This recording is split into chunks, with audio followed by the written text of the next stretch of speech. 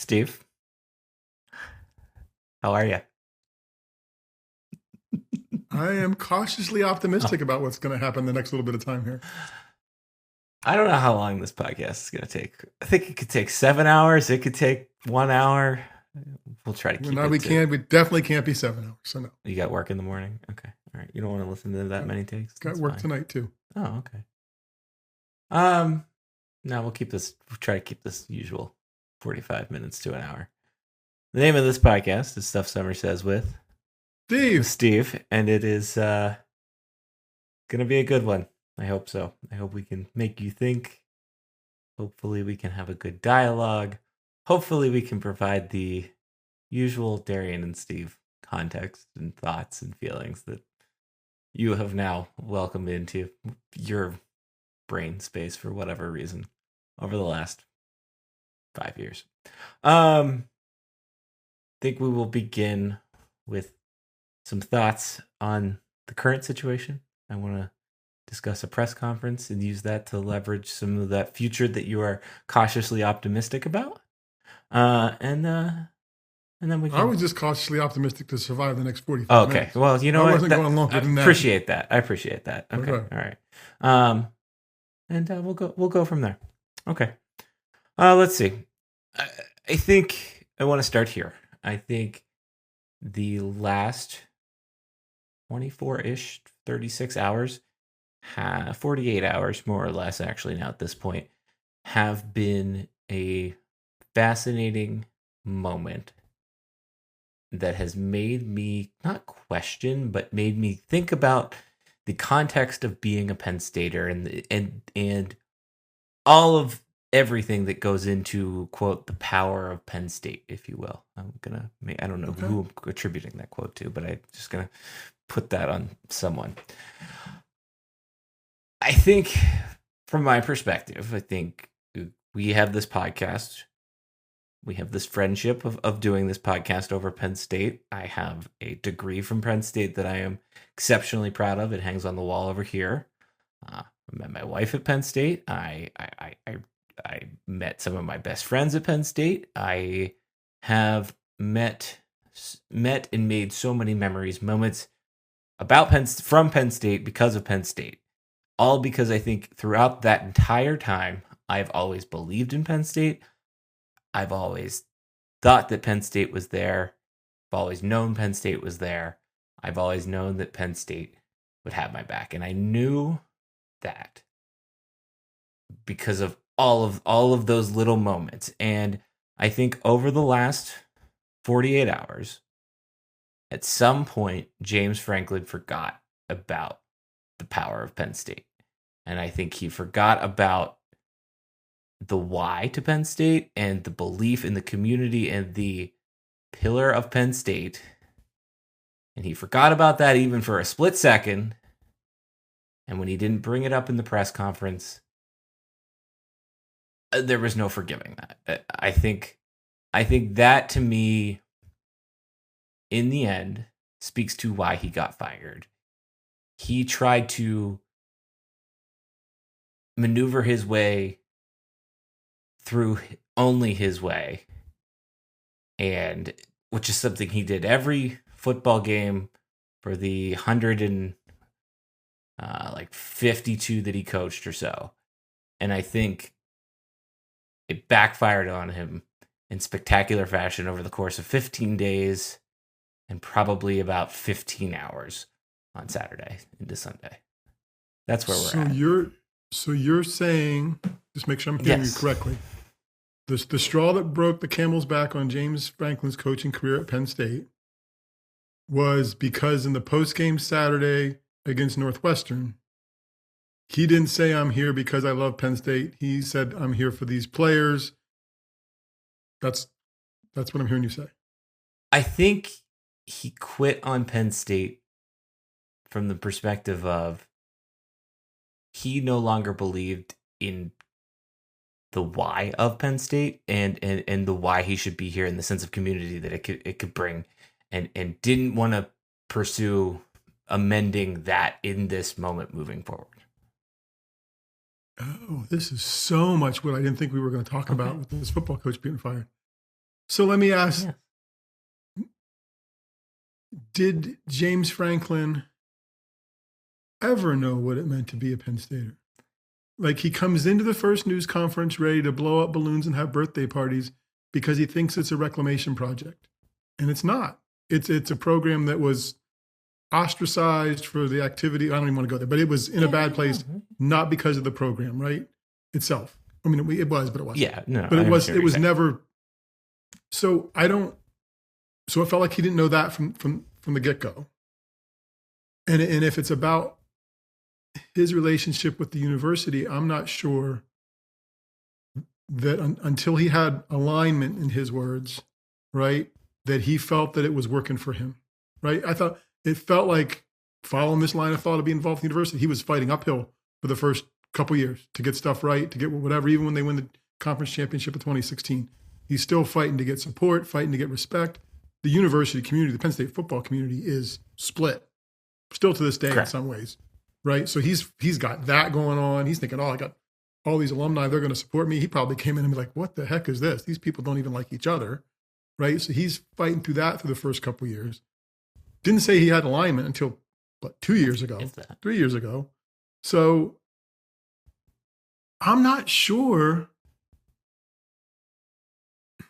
building off of what you said, and I'm not sure he ever understood or embraced the Penn Staterness of being at Penn State. And that's me piling on with the bias of looking for community involvement and whatever else. And I think that is what I have been struggling with. I think I struggled with that after the game, and I struggled that with kind of the thing that I wrote this morning. I've struggled with it because I think it's all very valid, and we spent 12 years believing in an if that never came, and he tried to control it to a point where he and only he could get it done. And that's not to say that, to your point, like, yes, he didn't have alignment, he didn't have the resources. Penn State's buildings, etc., were looked a certain way, and they didn't have a training table and all of these other little things over the course of half of his time here. At least I would say probably didn't get better until 2019, when he started actually like winning in a more meaningful way. But at the same time, it was like, I think he just forgot that over the course of the last 15 days. And when he forgot Penn State, he gave up on Penn State. And I think it, in that process, gave up on him. Interesting.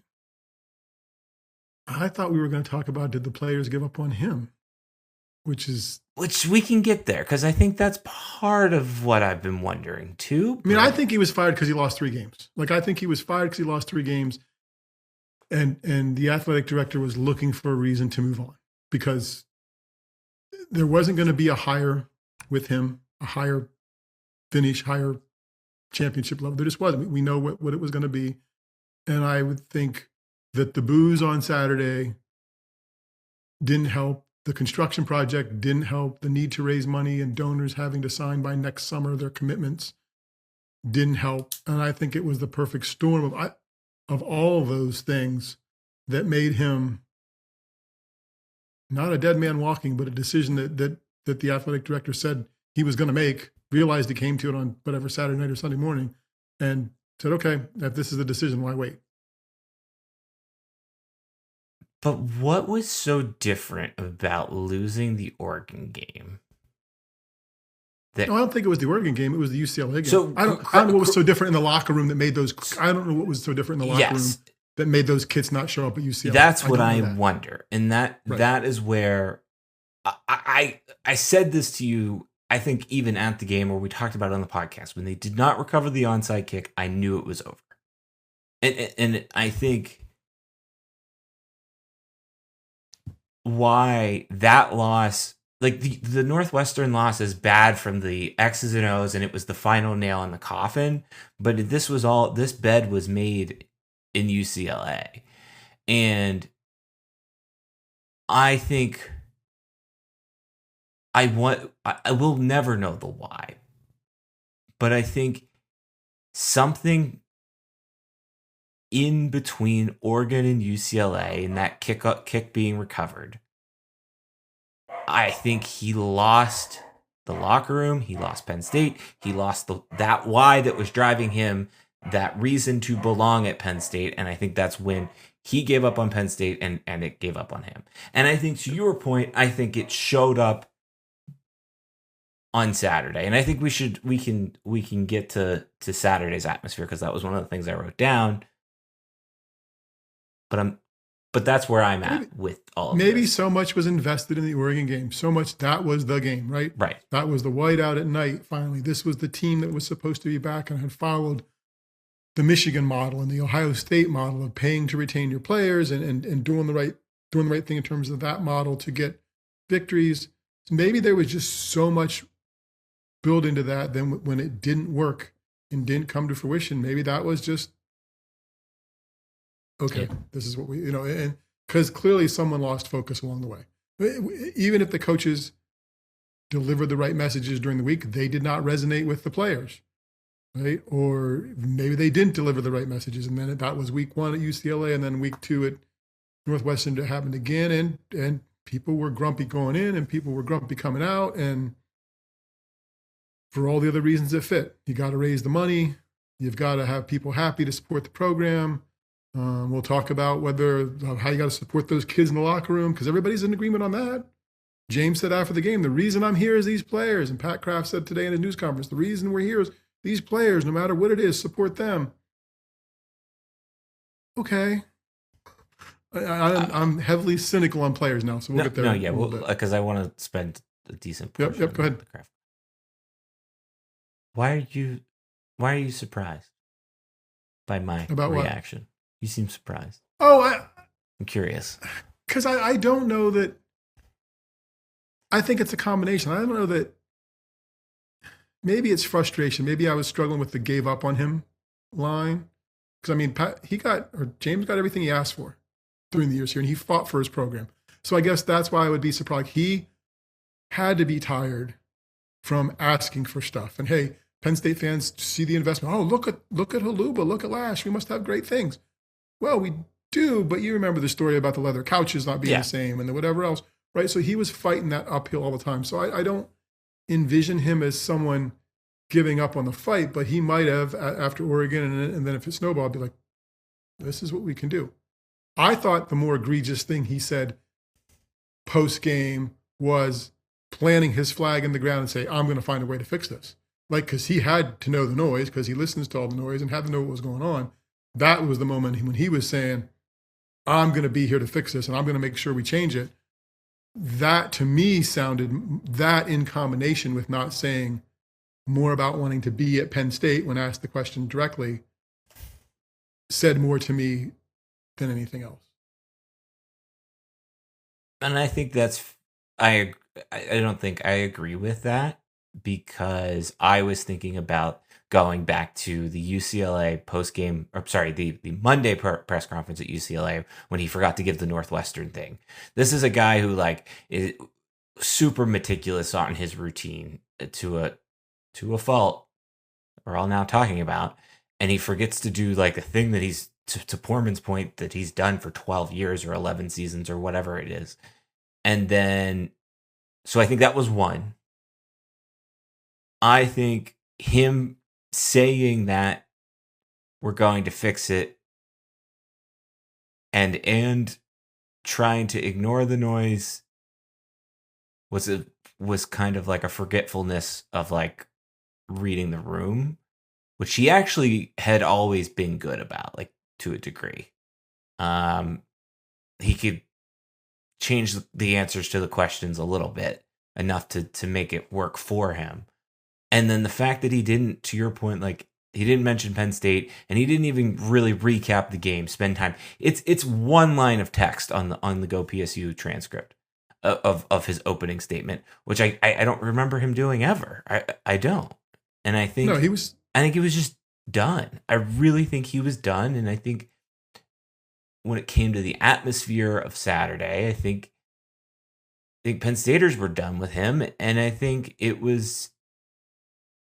I just think he was It was done in the sense that what's the point? Like, why should I bother fixing this? And I think all of those little things are little red flags or little crime scene evidence pieces of showing that.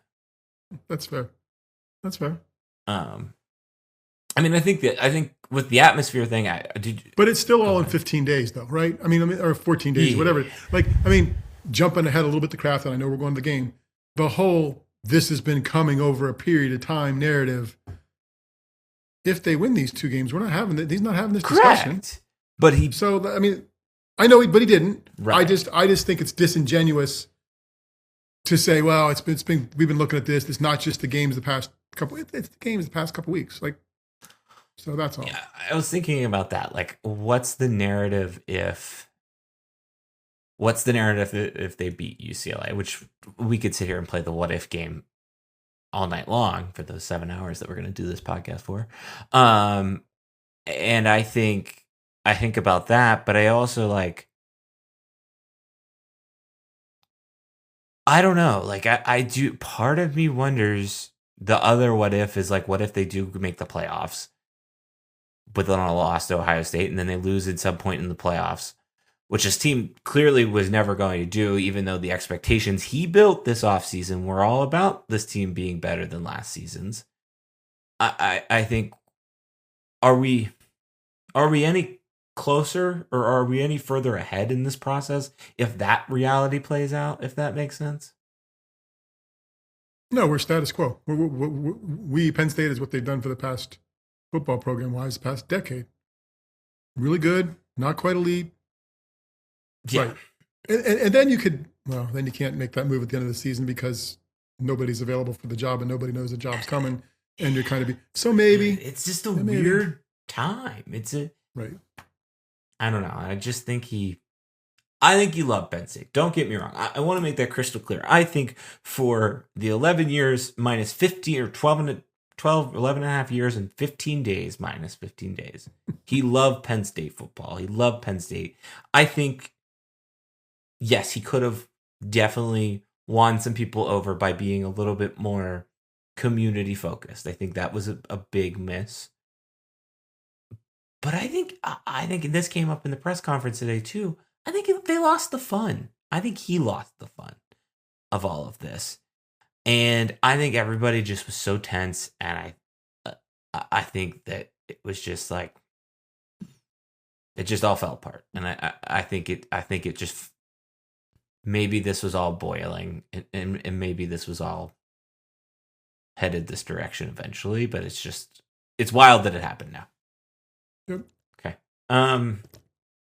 Related to that, in the game, the atmosphere of Saturday was fascinating because I thought Penn State fans were going to be a lot angrier, and they were not. They rallying around the team and being here for the kids and all of that stuff. I thought they were. I thought, other than maybe 1 or 2 plays where Drew Aller got booed, like I really thought that Penn Staters were. And even though during the day, it was one of the weirdest atmospheres I've ever experienced in the tailgate. It felt like a loss after a loss, before a loss, I think. That's fair. Yeah, Connor Onion on TV for Fox Sports 1 said there was a little feeling of unease at the start of the game. Like, so he had a good read on the big room, I think.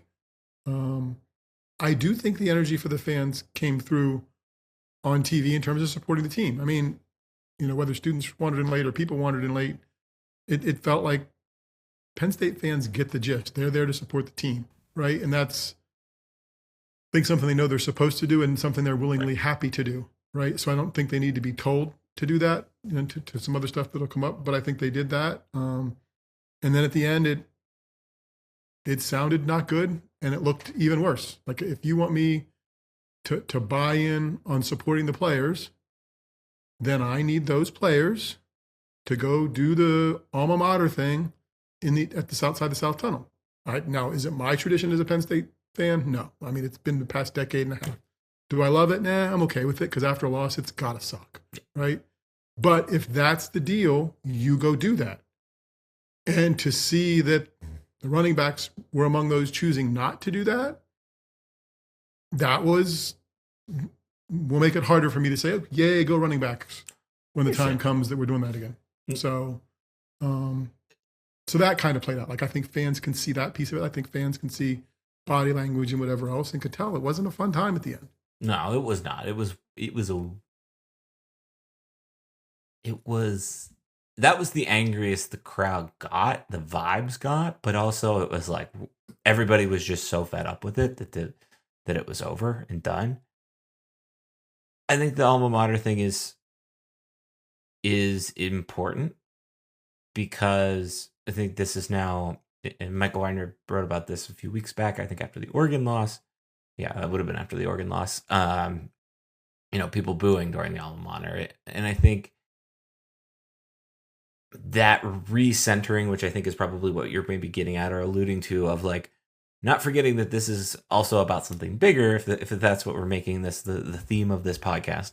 Not forgetting that is really important, and losing that sight and only thinking about it through X's and O's or wins, losses, or NIL dollars, etc. Like, I think I understand why,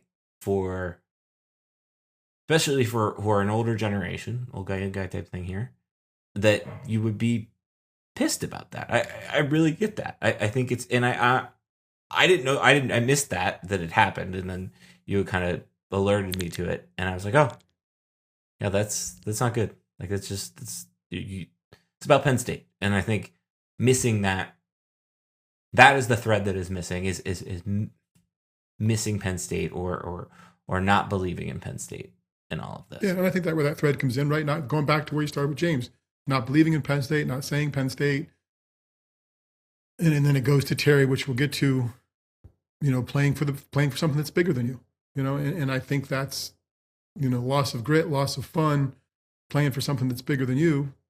That seems to be the thing that was missing the past 3 games. And if that's what they think is going to get fixed in the interim and then on a bigger picture, great. It's just going to be a challenge. No. All right, we're at about 20 minutes here, so I want to slide into the press conference, because I think that's anything else you want to say there. No, I'm here. I can't wait to hear you say about Pat Kraft. All right, let's talk about the Pat Kraft. So there were 2 press conferences today, and I think we could talk about the Terry Smith one a little bit, because I think that can kind of put a nice bow on this episode. But I think that we should spend most of our time talking about the Pat Kraft. So what I did, and what I might do on the blog, is I pulled it off, put it into a Google Doc, and have some annotated notes throughout it. I don't know that I think my overall read on the 2 press conferences, where Terry Smith's press conference was an A+. It was authentic. It was clean, clear. He was nervous, but you could tell it meant something to him to be there, and you could watch him figure that out in real time. I thought the Pat Kraft press conference was kind of all over the place. And I mean that politely. I understand why. I think I have to imagine that this has not been an easy 48 hours for him. He's made the biggest decision of his career. So I thought that was a part of it that made me feel a little shaky. Let's dive in. I think the opening statement was not great. I'm going to be honest. I don't think the opening statement it just was not what I was expecting, or I think the way it was delivered, also you could tell he was nervous, and then he kind of started to talk loud towards the end to just kind of try to really emphasize the points, and I don't think that was, somewhere in there was not the right tone, and I just thought it was a whole lot of and I get to the quote, going back to something that we talked about. He says, "We'll find a coach who can achieve excellence at the highest level, doing it with confidence and conviction. Recruiting will always be a pillar here. We want someone who will attract elite talent, retain players in the NIL era, and make Penn State a destination." Was it not? Am I missing something? That's why I was more confused after some parts. Not James. Maybe the elite is coded language for we needed better players, and that's not, you weren't elite. But my understanding is James Franklin was doing most of those things. How supposedly he's a better recruiter than an X's and O's guys, right? So yeah, like when he said things like that, I'm like, okay, so we're trading the 2012 model for the 2014 model when we get a new car. Like I don't understand. I was really confused by that, and that's where I say this was all over the place. The next graph is this is the modern era of college football. Our next coach needs to be able to maximize elite level resources, attack the transfer portal, and can develop at the highest level. I think all three of those are fascinating little stanzas or clauses on that sentence because, again, he's the one cutting the checks for the elite level resources. And I talked about this on Twitter today. And let me plug my phone in here before it dies. That I talked about this on Twitter today, that Penn State nationally seems to be have Scrooge McDuck diving into the coin vault. And then at Penn State, and locally, it's like we're the ASPCA, and there's a dog crying and shivering. It was a great comparison. Yeah. Because I think the dissonance of national and local is really stark in this whole thing. But I think especially in the money wise, it's different. And I was confused because I thought they had that. I thought we had that. I thought the attack the transfer portal thing comes up a lot of times. And it sounds like he was upset that maybe, and I said this over the weekend, that why didn't Penn State go get another linebacker as opposed to 3 wide receivers? Like of the 4 players that they got, core 4 that they got out of the transfer portal, it was 3 wide receivers, 1 linebacker. And I thought that was a shot at that. And then can develop at the highest level. My God, this guy made Troy Apke a draft pick.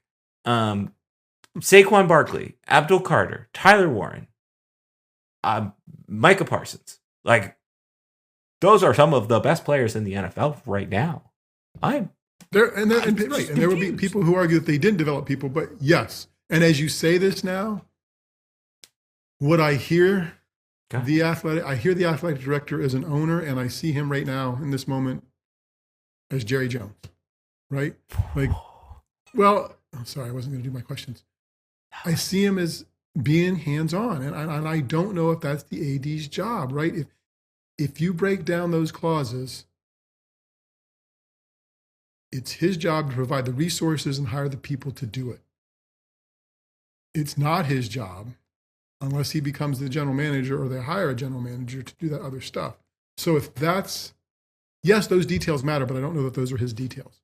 And I believe visually and energy-wise, Kraft's effort was good. Sleeves halfway rolled up, adjusted with him a couple times, taking drinks of water, brought in a separate little podium so he could do it standing as opposed to sitting. So there's some power in standing and doing that delivery, whatever class that came from or however you're supposed to do that. But in terms of specific messages, yes, if you break them down, my understanding, again, through the media and reading and whatever, this is what Penn State was doing, wasn't it? So that's why I was confused at times when this was settling out of, well, wait, I don't understand. The Jerry Jones thing is diabolical, and I hadn't thought of that, and now I can't unsee it because it feels that way, and it's fascinating, and I think it's because Dave Joyner was a wrestler, right? Yes. Okay. And then he was a doctor. And he's a doctor, right? Yep. This thing was a not a football player. Did he play football? No, Johnny played football. Okay. Yeah. But Pat Kraft played football like a little bit more reasonably, sure. And I think you can find pictures of him on the internet in his linebacker uniform. Correct, that you forgot about. And I don't know. I thought that was weird. And I think this is why I felt like, I'm not saying this, and I'm not saying this, accusing this by any means, but it just felt like this was AI written in the sense that it was kind of bland. What was his stump speech? We're going to compete for championships. We're going to be elite. It was his stump speech, which resonates, right? Which resonates with the fan base. So he was making connections. He was showing passion because one of the knocks with James would be not that he's dispassionate, but he's corporate. He's the CEO coach, right? Yes. He's been fired up, but that's not his stock and trade. And maybe that's part of the problem. We're just like so not used to this style that like, because we've all just, I was thinking about this with Terry Smith, like been so hypercritical of everything that James Franklin has said. And you can't do that anymore. There was some other stuff in here that I thought was weird. This is all in the opening statement. The coach will rebuild the right coach will rebuild the unity and pride that defines this historic program. I'm going to be honest. At this point in this press conference, I did not agree with this because I think this fan base has never been more unified. Like I consider myself very, very pro James Franklin, and he even lost me at the end. I didn't think about it, and we can come back to it a little bit later. And then I thought about some other stuff going on in the background of articles and statements being released recently, and I think maybe it was a swipe dig at that. So we'll take and leave that. And then I just said, like he brought it up again. He said, finally, to our fans, alumni community, we all need each other. We need your support right now. And all of our focus, let me repeat, all of our focus should be around the young men in Lash right now who wear blue and white. We have a lot of football left. They deserve every ounce of our support. I don't know of anyone that was like, that had given up on the players. Everything over the last 15 days has been pointed at James Franklin, right? Yeah. No, that's why I texted you and a couple other people. I was more confused after the news conference than I was going in. The most clear thing that I had any doubt about, and I will never be able to track, but I guess we trust the guy, right? This is an athletics issue, not an institutional issue in terms of the money, right? So, okay, sure, you're going to foot the bill. Maybe the private equity thing comes in from the Big Ten. Maybe you've got money somewhere else. Maybe it mitigates because James gets a new job or whatever. That was the most clear thing that I heard from that. The rest of this was appropriately so. Stump speech, energized. Somebody's got to be positive. We're going forward. Fight for the fans. But there wasn't any doubt about this stuff. And the more he said it, I guess I questioned, well, was James not doing this? And if he wasn't, then could we just be clear that he wasn't doing it and that's why he doesn't have the job? But you couldn't really do that except the last 3 weeks, things went south. Right. And it's weird. And I don't know.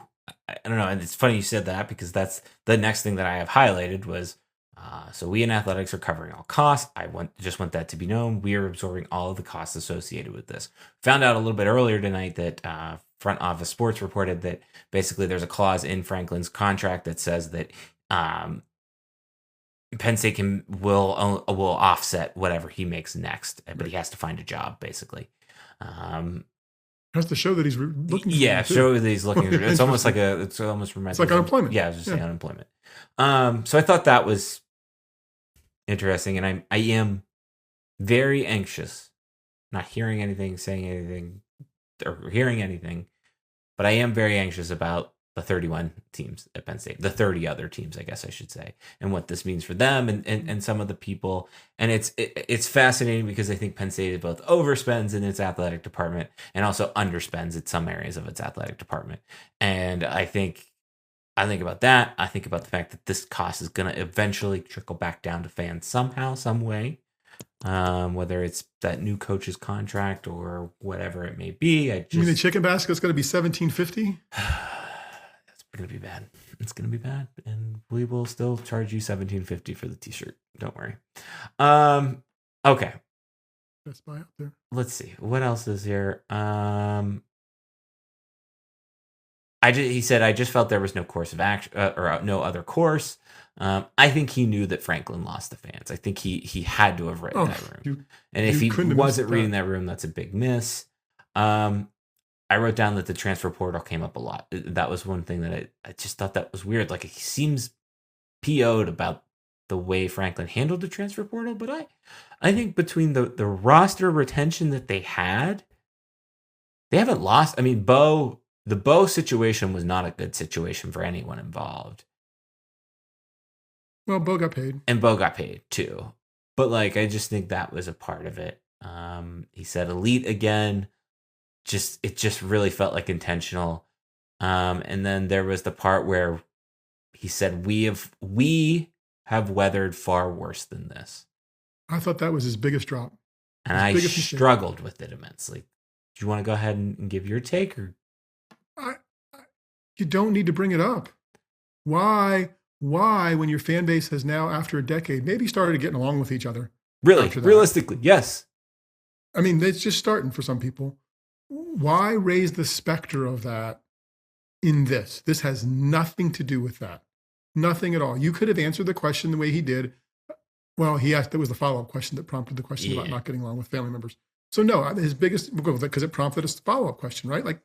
No, that should have been, it's an offhand and it's not inaccurate. That was a bigger deal, right? Correct. But you don't need to mention it. I mean, it just makes everybody look back at the car crash again. And credit to, I think it was Ali Barubi who followed up and said, hey, you mentioned that, so then you've got a question about it, right? And now some of those stories about it are going to be tenured with that flavor of story. So I thought it was a mistake to bring it up.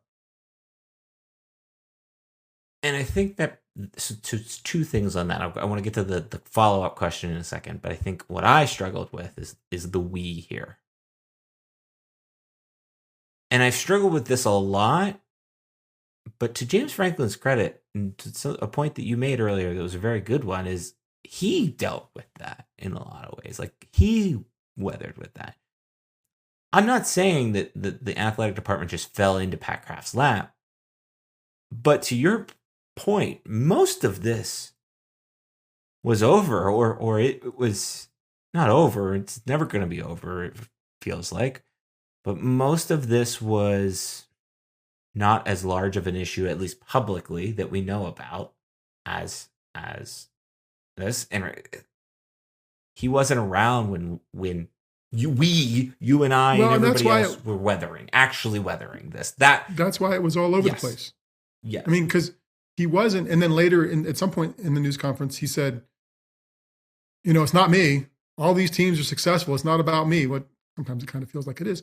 But, he said that, which is probably true, which we've talked about in the past. Like, how much does he bring to it? And I think he does. His energy, his whatever, his support. Too many coaches have told me too many times they believe it matters. But yeah, I just think it was a mistake to bring it up. And I mean, I'm sure it wasn't planned. It just happened as an answer, and it was not an inaccurate answer. It was just the wrong answer at the time. Correct.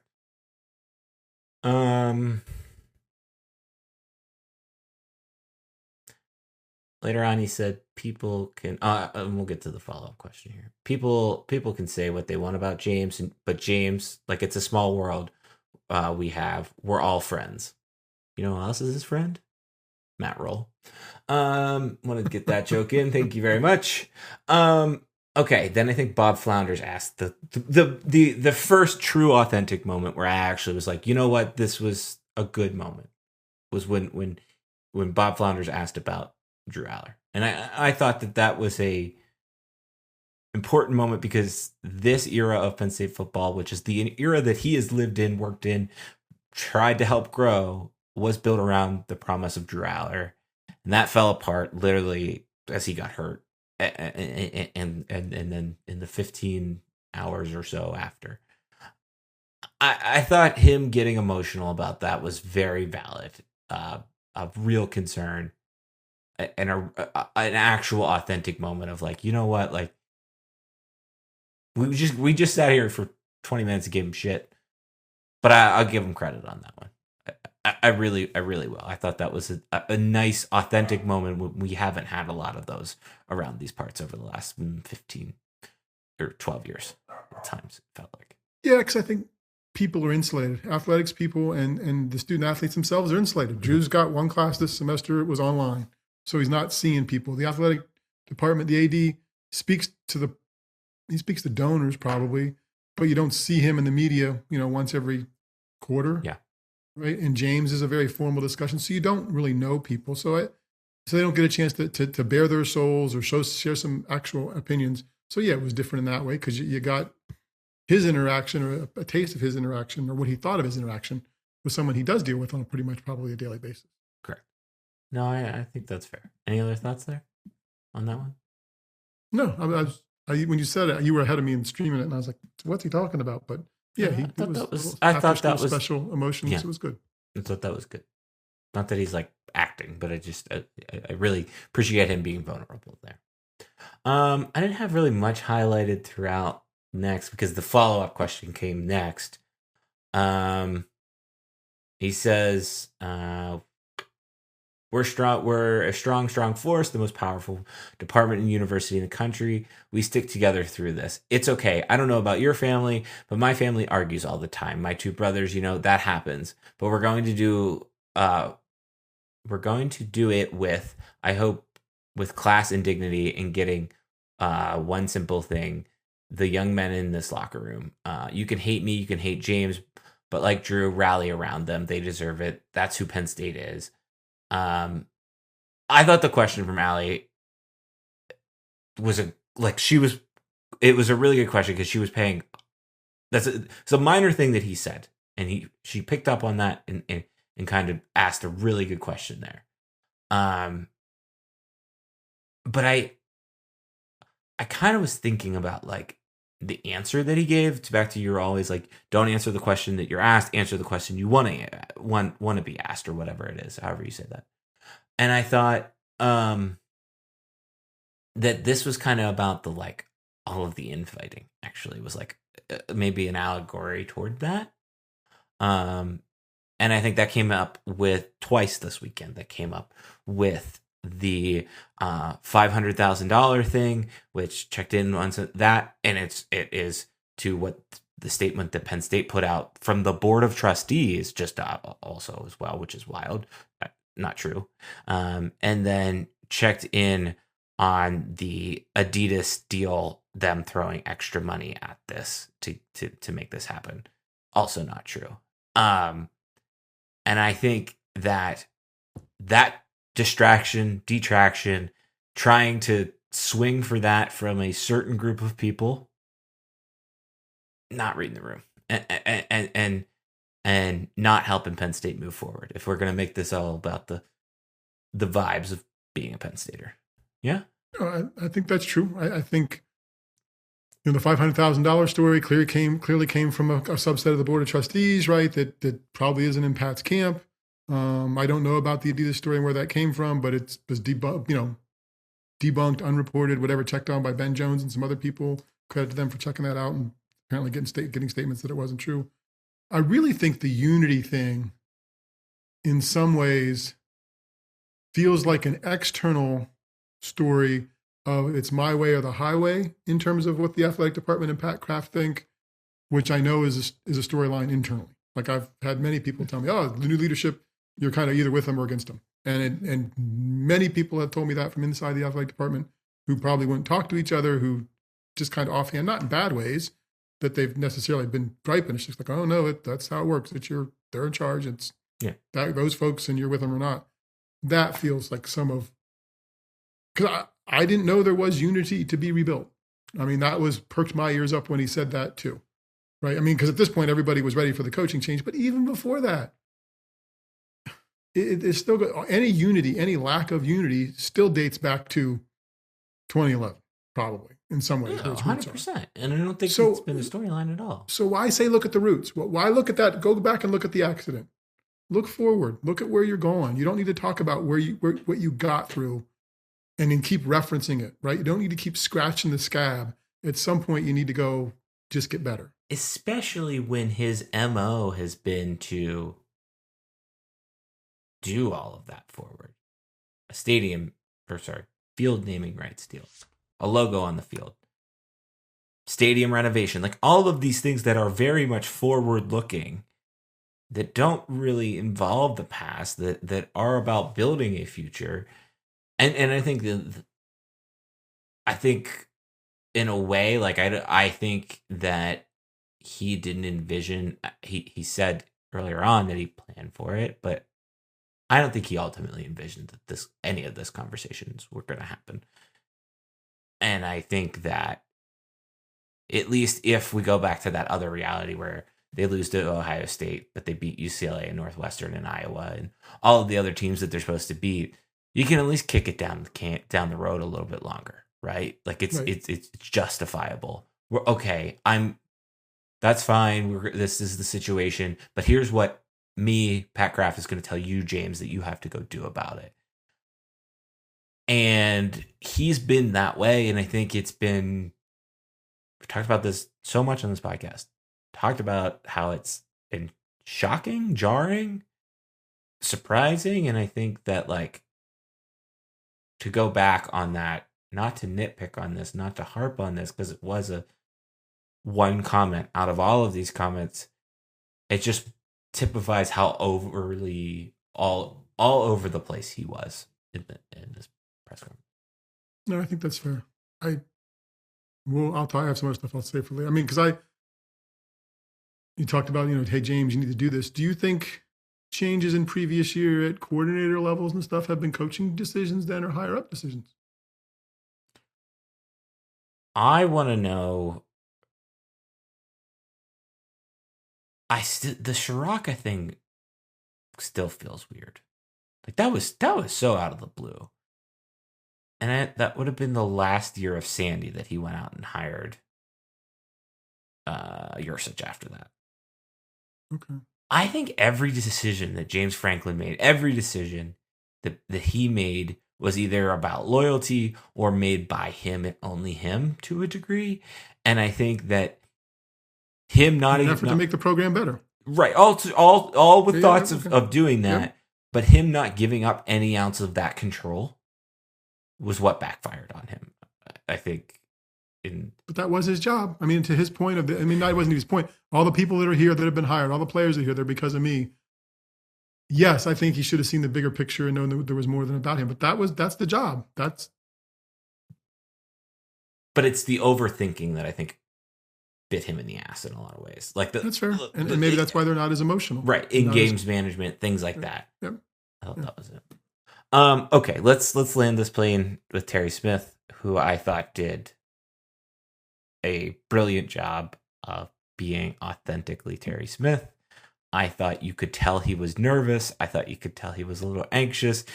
He was a little bit uncomfortable. I don't think he sat up in that press room that many times before, and yet he was just kind of authentically him, and he talked about his authentic love of Penn State, and I thought that was exactly what like people needed. I don't think people needed a rah, we're gonna win one for the Gipper. They needed to hear that like other Penn Staters in powerful positions, even if this is an interim situation, are caring and passionate and believe in Penn State. They had not seen that in the last 15 days when this had all fallen apart. So I think that was an excellent press conference in a lot of ways for those reasons. Yeah, I mean, the only question it prompted for me was, again, he was, James loved those kids. They love him. And Pat said it's all about, everybody agreed it was about the kids, about those players, supporting them. But for whatever reason, it wasn't working, or they weren't playing as hard because they're now talking about what we lost. Or we lost the fun. We lost the grittiness. We lost the put the fingers in a glove and fight together. So I thought that was interesting that both things could be said. It was just a little confusing too, but I don't know. I guess we'll know more as players eventually speak out. It was weird in a year or two. On stuff Summer says. Well, so let me ask context questions. I'm not letting you land the plane yet. We got to make one more loop around. Okay. Is this? So this was local and national. As I'm linking to local and national people, I have one local question. One local radio person here had the name Matt Rule thrown up to them, and they said, "Oh no, that won't happen because he's still associated with Penn State and Paterno." And I thought, really, that just seemed unlikely to me, but perhaps I'm wrong. Do you think that's disqualifying? Who are you going to find that's not? Like, let's consider the main alum right now that would potentially fit this job. Shiano. I don't want him. He's not. Well, right. I mean, any alum would be disqualifying by that association, right? It just doesn't make sense to me. That's all. It doesn't make sense. Yeah. Shiano, okay. Danton Lynn, Bunchak, Terry Smith, Matt Roll, all like it's just it's an unavoidable aspect to it. I don't understand I struggle to think of an example where an alum has gone back to their university and coached it to a consistently long level of success. I can think of one very recent example that is probably tainted by a certain Connor Stallions. But other than that, I struggle with that in this era of college football. And I think the Matt role of it all, we will have plenty of time to get to this, would be the lazy way out. I just really feel like that's what it is. But I also don't think I don't think it's necessarily off the table. I mean, okay, it seemed weird to me that would be disqualifying. I don't think it is. Seems no, I think any alum that you would want to get to coach, Deion Barnes is about the only one qualified enough. He is like the highest qualified alum right now that I can think of. I'm just trying to think through the. And maybe you'll need it. So maybe that you'll think about this one for the next week. Then maybe, or maybe you'll, because we'll have time next week with an off week. Is the Penn State job? Penn State was supposed to most benefit from the playoffs, right? The 12-team playoff. They were the program that was going to most benefit. A couple national people just prompted me to think it. They didn't frame it this way, but now I'm curious. Well, no, Stuart Mandel said, what makes you think you can at Penn State in terms of winning a national championship? And then I started doing the math. In the past 14 years, there's been 5 different guys who've coached a game. In the past 14 years, there's been 3 ADs. There's been 1 conference championship. And the last national championship was before you were born. So is this a good job? Can someone win here? I know we just picked on the guy, but it does feel more possible. I mean, he literally said football is our backbone today. I think it does feel more possible with Pat Kraft around. And I think we do not think about football this way because independents are dead. But like it's still in the East Coast, like it's still the king of the castle. Like you have to go down to Clemson to find a school that's relatively like you have Tennessee. But I'm saying like all along the coastline more so. Yeah. Okay. Up to Massachusetts, BC, right? Like where Pat Kraft came from, but like it's not. I don't know that any. No, it's the program in the East, and I don't know that I believe that it's not. Yeah. I mean, they were an interception away from playing for the national championship last year. You know, and you have a lot of resources. You have the world's largest dues-paying alumni association in the world. Said world twice. Got that wrong. Sorry to the alumni association people. Listen to this podcast. You got like you have a self-sustaining athletic department. It's not like and that's what I think about. Like Penn State made $250 million almost in 2023, 2024. I guarantee in 2024, 2025, they will make more than that. Or it's. Okay, I just wanted an initial reaction. I was I either blow your mind with that or blow your mind with bowl options, and we can talk about bowl options next week. You want Music City, don't you? I'll take Music City or Pinstripe. We had a good conversation about the Pinstripe Bowl and catching a show in New York City around that. You know, that'd be kind of fun. But no, yes, I would. If it were Music City, that I would not be upset. Yeah, you're going there next week, aren't you? I'm going there this week. I'll listen to this on the flight. There you go. Just study your game film. I get that. And I exactly. Okay, we'll get it fixed. Don't worry. We'll never have this podcast perfect. We'll never have this blog perfect. But you're here. I'm here. When's the Steelers game this weekend? And here's what I want to know. We were on the aisle-ish. We were 1 seat away from the aisle, but there was nobody sitting in the seat next to my mom. The people sitting to the right of us must have got up and went to the bathroom and got beer. And I want to know, we didn't say anything, but like all 3 of us were like, we might want to say something here soon. Like if this continues and the Steelers kind of pulled away and then they just like left. Do you have a right to say something if you're coming in like, or are you just if you're on the end of the aisle? No, you're stuck. Okay. You're stuck. You can be polite. You can give them an eye, but no, like it's just rude. I've seen it happen. To It's say just rude. something? Oh, I wouldn't. No, I know. Okay. I just don't. Like I'll think Okay. that you guys are idiots. Too bad you got a small bladder. Maybe it's something like that. Got a small bladder, huh? But no, no, because it sucks. That's the price of being on the aisle with bad people, because you'd like to be on the aisle just because you got a little more leg room, easy out for you. But no, I think you just, and you can't in this day and age because someone might be a jerk, That's right? fair. And the next thing you know, you're, Got a black eye. exactly. Yeah. Okay. All right. That's this week's okay. Okay. Anything else you want to talk about? We kept it 55. We'll have a lot next 56 week. Well, minutes. this is good. This is There's good a stuff. football game. Oh, they play at Iowa on Peacock with Michael Robinson doing the color commentary. There you go. I can't believe we're here. Like, what a weird. And you're not going, time. right? No, you're not going. We're not Okay. going. And I don't know if we're going to make time to see Peacock, although my laptop's making the trip, so we could decide to watch it. Well, Probably should for Michael. We'll see. I'll keep you posted. I'm gonna go fishing on Saturday. I'm gonna take the kayak to the Potomac for a bit, and then we'll Nice. catch the game. The night game. Very cool. All right. Maybe they'll run the table. Any other thoughts? Feel good? You feel better? You think we had a healthy discussion? What was the word at the start? Cautiously optimistic? Yeah, I what it don't was? know that I'm there, but at least I think I was cautiously optimistic for the podcast. We delivered. You got to this point. You got good stuff. okay. Let us know how we did. If you don't think you did, see us for a refund in person. All $0.00. Emphasis on the 0 cents. That's right. The name of this podcast is Stuff Summer Says with Steve. We've got a website, stuffsummersays.com. Who knows what I'm going to put on that website? But who knows what Steve will put under his section called With Steve. There we go. Sorry, I teed you up terribly for that one. 5 stars, thumbs up.